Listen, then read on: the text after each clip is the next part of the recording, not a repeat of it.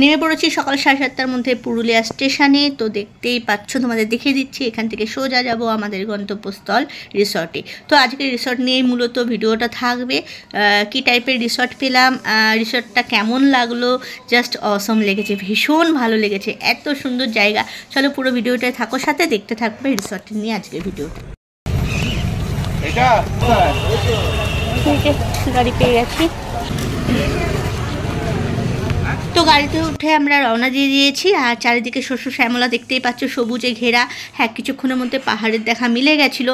আর জায়গাটার আবহাওয়াটা ভীষণ সুন্দর, তার থেকেও বেশি ভালো সুন্দর ছিল হচ্ছে আমাদের রিসর্ট। আর রিসর্টটা একদম জঙ্গলের মধ্যে, জানো তো, মানে চারিদিকে জঙ্গল, পাহাড়, খাদ, তার মাঝখানে হচ্ছে আমাদের এই মানে কি বলবো, খুব অল্প দিন হলো রিসর্টটা তৈরি হয়েছে, 1.5 বছর কি 2 বছর। তো সেই রিসর্টটায় যাচ্ছি জঙ্গলের মধ্যে, যেটা চলে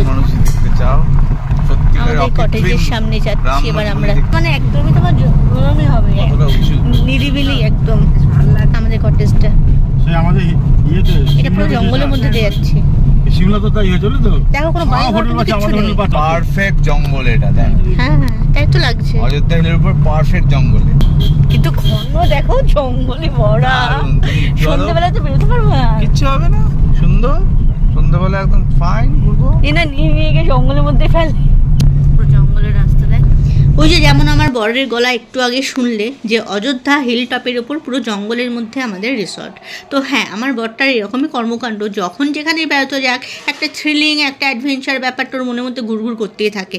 আর বেশিরভাগ ক্ষেত্রে ওর সঙ্গে ট্রিপে গেলে না, ওই জঙ্গলই চোখে পড়ে ওর। মানে হ্যাঁ, এমন তো বটে যে পাহাড়ে আমরা বেশি যাই, পাহাড়টা আমরা বেশি প্রেফার করি, ঘুরিও প্রচুর পাহাড়ে।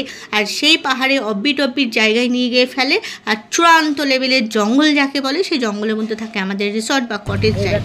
দেখো ওইখানে সমস্ত অ্যাক্টিভিটিস আছে বাচ্চাদের, ঠিক আছে, সেলফি জোন টোন রয়েছে, এগুলো। হ্যাঁ, বাচ্চাদের অ্যাক্টিভিটিস ইয়ে আছে জায়গা। এখানটা মানে বসে খাওয়ার জায়গা, এখানে এগুলো সব সেলফি জোন, মানে বসে থাকার জন্য লাইট দেবে না। আলাদা আলাদা ছোট্ট ছোট্ট কটেজ, ঠিক আছে, বিভিন্ন রকম নামে রয়েছে।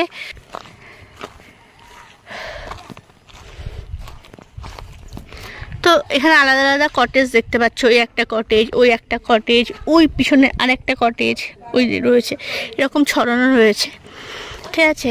আমাদের এই কটেজটা হচ্ছে, এইটা হচ্ছে রূপকথা, আর পরেরটা হচ্ছে কথাকলি, মানে একটা বিল্ডিংয়ের মধ্যে দুটো ভাগ করা, ওইটা আবার আর একটা। তো আমরা নিয়েছি রূপকথা, আর আমাদের সঙ্গে যারা এসছে ওরা নিয়েছে কথাকলি। ঢুকি,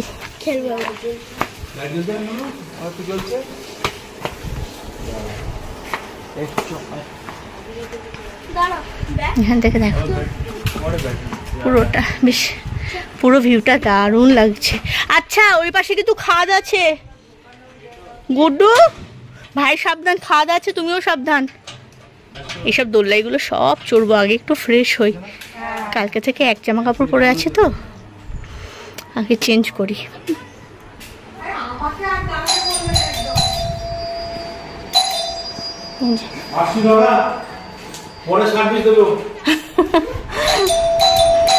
পরে সার্ভিস।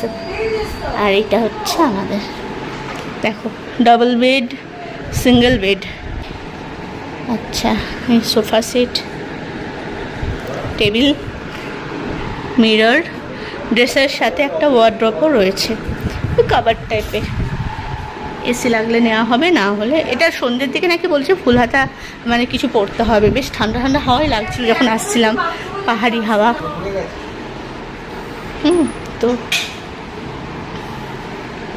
আর এটা হচ্ছে টয়লেট, টয়লেটটা দেখি আগে। টয়লেটটা বেশ বড়, গিজার ফিজারের ব্যবস্থা রয়েছে, বেশ পরিষ্কারও। পাহাড়ি হাওয়া, ঠান্ডা ঠান্ডা হাওয়া লাগছিল। আমার হচ্ছে ওরা সব নেমে গেছে, ওই ঘুরছে, ঠিক আছে। আমার হচ্ছে কতক্ষণে এই জায়গাটা ঘুরতে থাকবো। বাচ্চারা সমস্ত ব্যাট বল নিয়ে এসছে, খেলাধুলা হবে। আমরা এটা যেহেতু আমরা মানে হোটেল থেকে ফটো পাঠানো হয়েছিল, তখনই দেখেছিলাম যে কত বড় স্পেসগুলো রয়েছে ব্যাট নিয়ে।